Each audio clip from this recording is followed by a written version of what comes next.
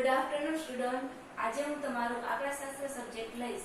આપણે આગળના વિડિયોમાં જોયું કે આંકડાશાસ્ત્રમાં પાર્ટ 1 માં આપણે ચેપ્ટર નંબર 2 સુરેખ સહસંબંધમાં કેટલા ગુણનું ચેપ્ટર છે કે ટોટલ આપણે 12 ગુણનું આ ચેપ્ટરમાંથી તમને પૂછાશે। કઈ રીતે તેનું મેં તમને ઇન ડિટેલ આગળના વિડિયોમાં સમજાવ્યું છે। ઓકે, તો આપણે આ ચેપ્ટર તરફ જઈએ તો કે સુરેખ સહસંબંધ માં પહેલા આપણે કઈ શું ધ્યાન રાખવું પડે તો કે એકચલ્ય વિતરણ અને દ્વિચલ્ય વિતરણ વિશે આપણને ખ્યાલ હોવો જોઈએ કે એકચલ્ય વિતરણ એટલે શું અને દ્વિચલ્ય વિતરણ એટલે શું। તો કે આપણે સ્ટાર્ટ કરીએ કે એકચલ્ય વિતરણ એટલે કે કેવો વિતરણ। એકચલ્ય વિતરણ એટલે કે જેમાં વિદ્યાર્થીઓ કોઈ એક વિદ્યાર્થીએ મેળવેલા કોઈ એક વિષયના ગુણ, તો એ તમારું શું થયું તો કે એકચલ્ય વિતરણ। કઈ રીતે તો કે આપણે જોઈએ તો કે એકચલ્ય વિતરણ એક ચલની માહિતી શું તો કે એક ચલની માહિતી એકઠી કરી શું તો કે એક ચલની માહિતી એકઠી કરી મેળવેલા તેના વિતરણને શું મેળવેલા તો કે તેના મેળવેલા વિતરણને એકચલ્ય વિતરણ કહે છે। શું કહે છે તો કે એકચલ્ય વિતરણ કહે છે। તો કે આપણે એમાં એક્ઝામ્પલ જોયું તો કે વિદ્યાર્થીઓએ મેળવેલા એક વિષયના ગુણ, તો શું થયું આપણું એકચલ્ય વિતરણ। તેવી જ રીતે આપણે ફોર એક્ઝામ્પલ એક બીજા એક્ઝામ્પલ દ્વારા સમજીએ તો કે કોઈ કર્મચારી મીન્સ કે કોઈ ફેક્ટરીમાં કામ કરતો કોઈ કર્મચારી છે, એ કર્મચારીનો માસિક પગાર, તો એ શું થયું આપણું એકચલ્ય વિતરણ।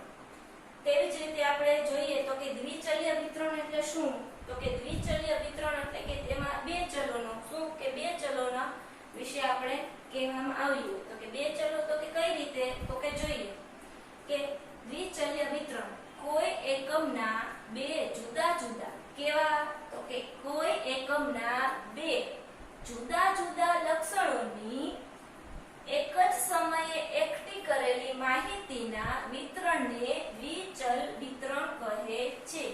કોને હજી એકવાર રિપીટ કરું છું, ધ્યાનથી સાંભળજો તો કે કોઈ એકમના બે જુદા જુદા લક્ષણોની એક જ સમયે કઈ રીતે તો કે એક જ સમયે એકઠી કરેલી માહિતીના વિતરણને દ્વિચલ વિતરણ કહે છે। તો કે આપણે એમાં એક એક્ઝામ્પલ દ્વારા જોઈએ તો કે વસ્તુના ભાવ અને માંગ। શું તો કે વસ્તુના ભાવ અને માંગ એ કેવા થયા આપણા બે ચલ, કે વસ્તુનો ભાવ છે તો એક ચલ અને એની માંગ એટલે કે બે ચલ। તેવી જ રીતે આપણે બીજા એક્ઝામ્પલ જોઈએ તો કે કોઈ પુત્ર અને પિતાની ઉંમર, તો કે પણ કેવું એક્ઝામ્પલ થયું તો કે દ્વિચલ વિતરણ। તેવી જ રીતે કે પતિ અને પત્નીની ઉંમર, તો એમાં કેટલા ચલનો ઉપયોગ થયો તો કે બે ચલનો, પતિ અને પત્નીની ઉંમર દર્શાવે છે। તે રીતે તો કે દ્વિચલ વિતરણ છે કેના કે આ ઉદાહરણ છે કેના ઉદાહરણ મેં તમને કીધા તો કે દ્વિચલ્ય વિતરણના।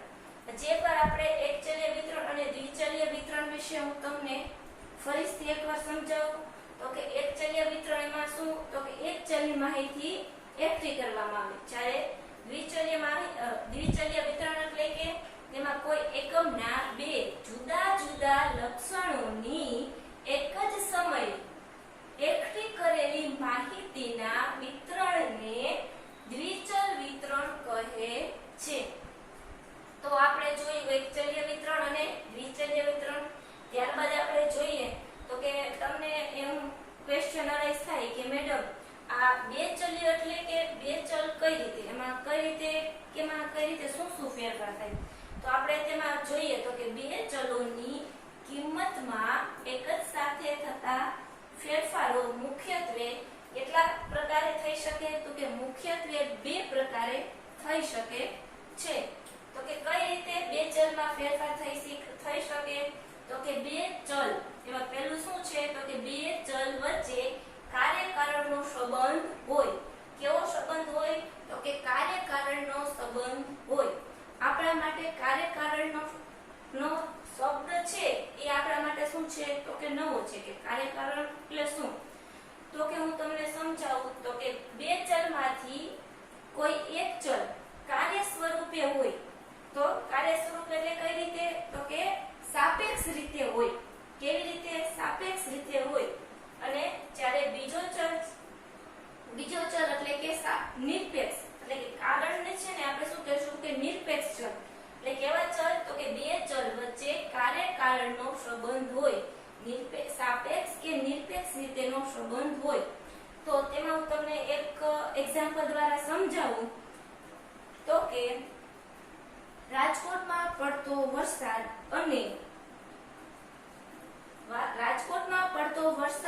અને ચોખાની ઉપજ. શું? તો કે રાજકોટમાં પડતો વરસાદ અને ચોખાની ઉપજ કઈ રીતે? તો કે જો વરસાદ આવશે અને વરસાદ વધશે તો ઓટોમેટિક શું થવાનું છે? ચોખાની ઉપજમાં શું થવાનું છે? વધારો થવાનો છે. તેવી જ રીતે જો વરસાદ ઓછો થશે તો ઓટોમેટિક એની ઉપજમાં શું થવાનું છે? ઘટાડો થવાનો છે સ્ટુડન્ટ. તો તે આપણે કઈ રીતે ફેરફાર થઈ શકે કાર્યકારણને લીધે? તો કે કાર્યકારણને લીધે જો વરસાદ વધશે તો ઓટોમેટિક તમારું શું થશે? ચોખાના ભાવમાં, ચોખાની ઉપજમાં ઓટોમેટિક વધારો થશે. તો એ કઈ રીતે થયું કે કાર્યકારણનો સંબંધ હોય છે. કેમાં? તો કે બે ચલમાં.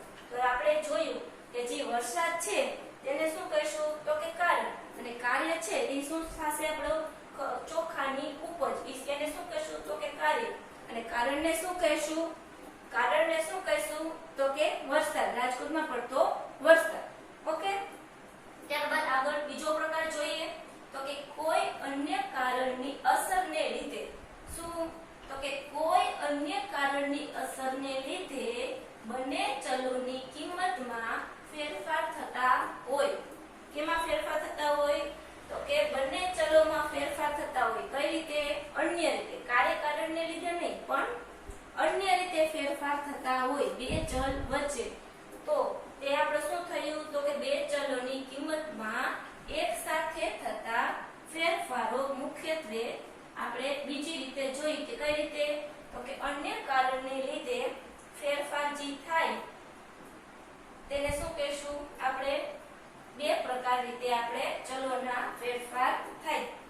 તો આપણે એમ થાય કે આ બે ચલોના ફેરફાર થાય એ કઈ રીતે અને કેટલા પ્રમાણમાં ફેરફાર થાય તેના વિશે આપણે જાણવું હોય તો કઈ રીતે શું કરવું? તો તેના વિશે આપણે જાણવું હોય સ્ટુડન્ટ તો ફર્સ્ટ ઓફ ઓલ તમારે સહસંબંધ એટલે શું તેના વિશે તમને ખ્યાલ હોવો જોઈએ. તો તમને એવો ક્વેશ્ચન થાય કે આ સહસંબંધ એટલે શું છે? તો હું તમને સમજાવું કે સહસંબંધ એટલે કે બે સંબંધિત ચલમાં શું? તો કે બે સંબંધિત ચલમાં પ્રત્યક્ષ કે પરોક્ષ. શું? તો કે પ્રત્યક્ષ કે પરોક્ષ કાર્યકારણને લીધે. પ્રત્યક્ષ કે પરોક્ષ કાર્યકારણને લીધે એક સાથે ફેરફાર થાય. શું થાય? તો કે એક સાથે ફેરફાર થાય. પ્રત્યક્ષ કે પરોક્ષ કાર્યકારણને લીધે એક સાથે ફેરફાર થાય તેને શું કહેશું આપણે? સહસંબંધ. સાવ ઈઝી છે. હજી એકવાર રિપીટ કરું કે જેનાથી તમને વ્યવસ્થિત રીતે સમજાઈ જાય. ઓકે. તો સહસંબંધ એટલે શું? તો કે બે સંબંધિત ચલ. કેવા? તો કે બે સંબંધિત ચલમાં પ્રત્યક્ષ કે પરોક્ષ. શું? તો કે પ્રત્યક્ષ કે પરોક્ષ કાર્યકારણને લીધે શું થાય? તો કે એક સાથે ફેરફાર થાય. શું? તો કે એક સાથે જે ફેરફાર થાય ને તેને શું કહેશું આપણે? સહસંબંધ. શું કહેશું? સહસંબંધ. તો આપણને એમ થાય તમને એવું ક્વેશ્ચન અરાઇઝ થાય કે મેડમ આપણે સહસંબંધ વિશે ભણ્યા પણ આપણે તો ચેપ્ટર તો સુરેખ સહસંબંધનું છે. તો કે સુરેખ સહસંબંધ એટલે શું મેડમ? તમને એવો ક્વેશ્ચન થાય તો કે હું તમને સમજાવું કે સુરેખ સહસંબંધ એટલે શું? તો કે સુરેખ સહસંબંધ શું? તો કે જ્યારે બે સંબંધિત ચલની જોડયુક્ત કિંમતોને. શું? તો કે જ્યારે બે સંબંધિત ચલની જોડયુક્ત કિંમતોને આલેખપત્ર પર. કેમાં? તો કે આલેખપત્ર પર દર્શાવવામાં આવે. કેમાં દર્શાવવામાં આવે? તો કે આલેખપત્ર પર દર્શાવવામાં આવે ત્યારે ક્યારે તો કે ત્યારે જો આલેખોમાંના બિંદુઓ શું તો કે આલેખોમાંના બિંદુઓ એક જ સુરેખા પર હોય શું હોય તો કે એક જ સુરેખા પર હોય શું તો કે બિંદુઓ તો અથવા કોઈ સુરેખાની ખૂબ જ નજીક હોય શું હોય તો કે કોઈ સુરેખાની ખૂબ જ નજીક હોય તો તેવા સહસંબંધને શું કહેશું સુરેખ સહસંબંધ શું કહેશું સુરેખ સહસંબંધ સમજાણું કે સુરેખ સહસંબંધ એટલે શું તો હજી એકવાર હું તમને રિપીટ કરું કે સુરેખ સહસંબંધ એટલે શું તો જોઈએ કેવા બે સંબંધિત ચલની જોડયુક્ત કિંમતોને આલેખ પત્ર પર દર્શાવવામાં આવે કેના ઉપર તો કે આલેખ પત્ર પર દર્શાવવામાં આવે ત્યારે જો આલેખોમાંના બિંદુઓ કેવા બિંદુઓ તો કે આલેખોમાંના બિંદુઓ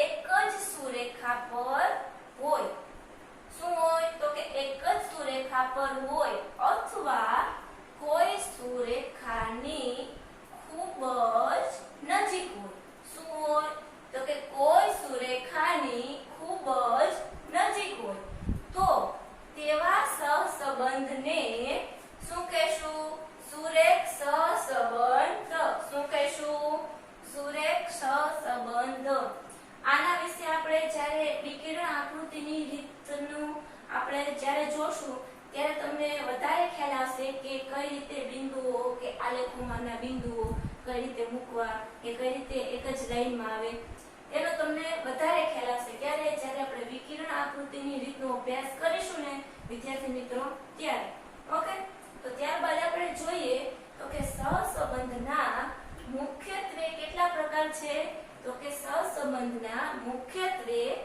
બે પ્રકાર છે કયા કયા તો કે પહેલું ધન સહસંબંધ અને બીજું શું તો કે ઋણ સહસંબંધ તો તમને એમ થાય કે ધન સહસંબંધ એટલે શું થતું હશે મેડમ તો કે ધન સહસંબંધ એટલે કે કેવો તો કે બે સંબંધિત ચલોમાં કેવા તો કે બે સંબંધિત ચલો એક જ દિશામાં કેમાં તો કે એક જ દિશામાં કે એક જ સાથે જે ફેરફાર થતો હોય તે ફેરફાર થાય તેની વચ્ચેના સંબંધને શું કહેશું ધન સહસંબંધ શું કહેશું ધન સહસંબંધ ચાલો હજી એકવાર રિપીટ કરું તો કે ધન સહસંબંધ એટલે કે એક જ દિશામાં એક જ સાથે કઈ રીતે તો કે એક જ દિશામાં બે સંબંધિત ચલો એક જ દિશામાં એક સાથે ફેરફાર કરવામાં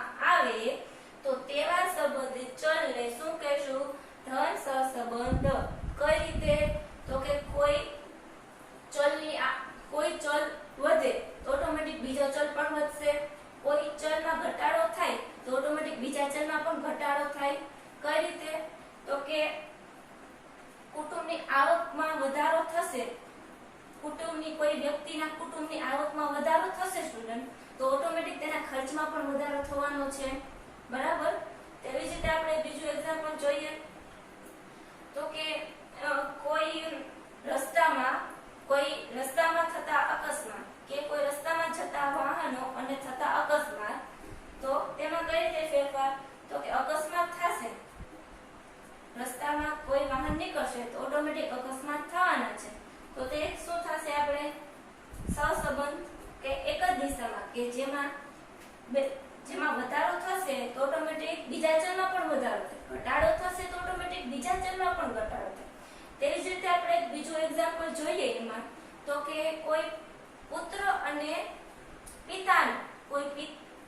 અને પિતાની ઉંમર જો પિતાની ઉંમર વધશે તો ઓટોમેટિક પુત્રની ઉંમર પણ વધવાની છે બરાબર તો એ શું થયું આપણું ધન સહસંબંધનું ઉદાહરણ તેવી જ રીતે આપણે બીજું એક્ઝામ્પલ જોઈએ તો કે કોઈ વસ્તુનો ભાવ કે એની માંગ જો તેનો ભાવ વધશે તો ઓટોમેટિક તેની માંગ ઘટશે તેવી જ રીતે શું ઓટોમેટિક જો તેવી જ રીતે હજી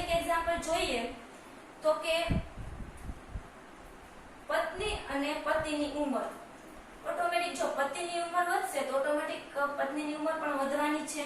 તો આપણે શું થયું આ એક્ઝામ્પલ ધન સહસંબંધનું એક ઉદાહરણ થયું. તેવી જ રીતે આપણે જોઈએ કે ઋણ સહસંબંધ એટલે શું? શું તો કે ઋણ સહસંબંધ એટલે શું? તો કે ઋણ સહસંબંધ એટલે કે બે સંબંધિત ચલમાં કેવા ચલમાં તો કે બે સંબંધિત ચલમાં વિરુદ્ધ પ્રમાણમાં શું તો કે વિરુદ્ધ પ્રમાણમાં ફેરફાર થાય તો તેવા બે સંબંધિત ચલ વચ્ચે ઋણ સહસંબંધ છે તેમ કહેવાય. કેવા તો કે બે ચલ છે તે વિરુદ્ધ પ્રમાણમાં છે તો તેવા ચલને શું કહીશું આપણે ઋણ સહસંબંધ. તો તેમાં આપણે જોઈએ એક્ઝામ્પલ તો કે કોઈ જાહેરાત ખર્ચ આપણે કરીશું, કોઈ જાહેરાત ખર્ચમાં આપણે વધારો કરીશું તો ઓટોમેટિક આપણી આવકમાં શું થશે ઘટાડો. તેવી જ રીતે જો આપણે જાહેરાત ખર્ચ ઘટાડીશું તો ઓટોમેટિક તમારી આવક કે પ્રોફિટમાં ઓટોમેટિક શું થશે વધારો.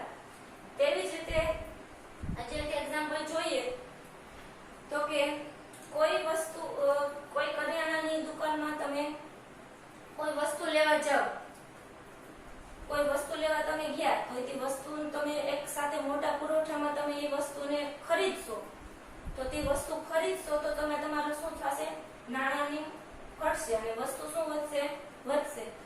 શું તો કે બે રીતે થઈ શકે. જો એક ચલમાં જો વધારો થાય તો ઓટોમેટિક બીજા ચલમાં શું થાય ઘટાડો અને બીજા ચલમાં જો વધારો થાય તો ઓટોમેટિક એ ચલમાં શું થાય ઘટાડો. એટલે કે વિરુદ્ધ દિશામાં શું હોય વિરુદ્ધ પ્રમાણમાં ફેરફાર થતો હોય બે સંબંધિત ચલો વચ્ચે તો તેને આપણે ઋણ સહસંબંધ કહીશું. તો આપણે જોયું કે સહસંબંધના મુખ્ય બે પ્રકાર છે. કયા તો કે ધન સહસંબંધ અને ઋણ સહસંબંધ. શું તો કે ધન સહસંબંધ અને ઋણ સહસંબંધ મુખ્ય તો બે પ્રકાર છે પણ ફોર એક્ઝામ્પલ તમે સહસંબંધના આપણે સહસંબંધાંકના તમે જ્યારે સમ કરશો ત્યારે તમારો જે જવાબ આવે તો જે તમારો જવાબ છે એ શું આવે 0 માં આવે તો આપણે શું કહી શકીએ કે બે ચલો વચ્ચે સહસંબંધાંકનો અભાવ. તો તે આપણે અર્થઘટનમાં લખી શકીએ પણ આપણે અહીંયા મુખ્યત્વે બે જ પ્રકાર છે એટલે આપણે બે જ પ્રકાર જોશું. પણ જો આપણે એક્ઝામ્પલમાં જો આપણે સંબંધાંકનો જે આપણે આન્સર મળે જે જવાબ આપણને મળે એ જવાબ જો આપણને 0 માં મળે કેમાં તો કે 0 માં મળે તો આપણે સમજી લેવાનું કે જે બે ચલ x અને જે ચલ x અને ચલ x ચલ અને y ચલ વચ્ચે શું છે તો કે સહસંબંધનો અભાવ છે તેવું કહી શકીએ અર્થઘટનમાં. ત્યારબાદ આપણે જોઈએ કે સહસંબંધાંક એટલે શું? તો આપણે જોઈએ કે સહસંબંધાંક એટલે શું તો કે સહસંબંધાંક એટલે બે ચલ વચ્ચેના સુરેખ સહસંબંધની શું તો કે બે ચલ વચ્ચેના સુરેખ સહસંબંધની ઘનિષ્ઠતા. શું તો કે ઘનિષ્ઠતાને માપને સહસંબંધ કહે છે. કોને તો કે બે જે સંબંધિત ચલો છે શું તો કે બે જે સંબંધિત સુરેખ સહસંબંધિત ચલો છે તેમાં ઘનિષ્ઠતાના માપને શું તો કે ઘનિષ્ઠતાના માપને આપણે શું કહીશું સહસંબંધ. શું કહીશું સહસંબંધ. હજી એકવાર રિપીટ કરીએ કે સહસંબંધ એટલે શું તો કે બે ચલ વચ્ચેના બે ચલ એટલે કે આપણે ચલ x હોય કે ચલ y હોય તો બે ચલ વચ્ચેના સુરેખ સહસંબંધની ઘનિષ્ઠતા. શું તો કે ઘનિષ્ઠતા કે એકઠી કરવામાં આવે શું તેવા માપને આપણે શું કહીશું સહસંબંધ. ત્યારબાદ આપણે જોઈએ કે સહસંબંધના અભ્યાસની મુખ્યત્વે કેટલી રીતો છે તો કે સહસંબંધના અભ્યાસની મુખ્ય 3 રીતો છે. કઈ કઈ તો કે આપણે જોઈએ તો કે સહસંબંધના અભ્યાસની રીતો કઈ તો કે પહેલી વિકર્ણ આકૃતિની રીત. કઈ વિકર્ણ આકૃતિની રીત. બીજી કઈ રીત તો કે કાલ્પીય ક્ષણની ગુણન પ્રઘાતની રીત. કઈ તો કે કાલ્પીય ક્ષણની ગુણન પ્રઘાતની રીત. ત્યારબાદ આપણે ત્રીજી રીત કઈ તો કે સ્પીયરમેનની ક્રમાંક સહસંબંધની રીત. કઈ તો કે સ્પીયરમેનની ક્રમાંક સહસંબંધાંકની રીત. તો આપણે આ ત્રણ રીત વિશે આપણે આ ચેપ્ટરમાં અભ્યાસ કરવાનું છે સ્ટુડન્ટ. તેમાં વિકિરણ આકૃતિની જે રીત છે ને તેમાંથી તમને આકૃતિ કે આલેખ તમને પૂછાતા નથી, પણ તેમાંથી તમને થિયરી પૂછાય છે 2 માર્કમાં કે 3 માર્કમાં. એક વાક્યનું તમે એમસીક્યુ કે કઈ રીતે કેટલા માર્કમાં શું પૂછાશે તેનો આપણે વિકિરણ આકૃતિની રીતનો અભ્યાસ કરીશું ત્યારે હું તમને વ્યવસ્થિત રીતે સમજાવીશ. ઓકે. ત્યારબાદ કાલ્પીય ક્ષણની ગુણન પ્રઘાતની રીતમાંથી તમને મોટા ભાગે બોર્ડની એક્ઝામમાં દર વર્ષે તમને કાલ્પીય ક્ષણની ગુણન પ્રઘાતની રીતમાંથી 5 માર્કનો દાખલો એક્ઝામમાં હોય જ છે. કેટલા માર્કનો તો કે 5 માર્કનો દાખલો કાલ્પીય ક્ષણની ગુણન પ્રઘાતની રીતમાંથી તમને પૂછાય જ છે. ત્યારબાદ આપણે સ્પીયરમેનની ક્રમાંક સહસંબંધની રીતનો અભ્યાસ કરશું. તેમાંથી આપણને 3 કે 5 માર્કનો ગમે તે સમ પૂછાઈ શકે. મોટા ભાગે તમને 3 માર્કનો જ સમ તમને સ્પીયરમેનમાંથી પૂછાય છે, પણ બાય ચાન્સ કોઈ વાર તમને એક્ઝામિનર તમને 3 માર્કના જગ્યાએ તમને 5 માર્કમાં જો કે કાલ્પીય ક્ષણનો 5 માર્કનો પૂછી લે હોય એના અથવામાં તમને સ્પીયરમેનનો પણ 5 માર્કમાં પૂછી શકે. બરાબર ને? તો આપણે આપણી રીતે બંને રીતે તૈયારી કરવાની. ઓકે. તો આપણે હવે આગળ વિકિરણ આકૃતિની રીતમાં ઇન ડિટેલ અભ્યાસ કરીશું.